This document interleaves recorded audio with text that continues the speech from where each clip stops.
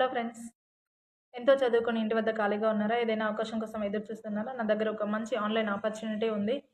అంటే ఇది ఒక జెన్యూన్ ఇంటర్నేషనల్ కంపెనీ 45 ఇయర్స్‌గా సక్సెస్‌ఫుల్‌గా రన్ అవుతుంది. ఇందులో మినిమమ్ ఏజ్ వచ్చేసి 18 సంవత్సరాల పైబడిన వాళ్ళు ఉండాలి. ఎడ్యుకేషన్ క్వాలిఫికేషన్ 10థ్ క్లాస్ పాస్ అయ్యి ఉండాలి.